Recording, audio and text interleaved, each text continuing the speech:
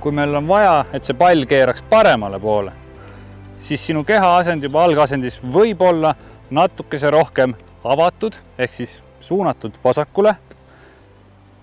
Kepi liikumisel võiksid mõelda selle peale, et nüüd võid tal vabalt anda minna rohkem väljaspoolt sissepoole, ehk siis eespoolt tahapoole. Ja jällegi laba suhtes võid mõelda, et see laba tabamisel oleks natukese rohkem avatud, ehk siis paremale. Keha lahti ehk vasakule suunatud ja kepp liigub väljast. Sellise mõnusa kurviga paremale. Need on need huvitavad löögid, mida te võiksite proovida ja katsetada, et oma mängu paremaks ja huvitavamaks teha.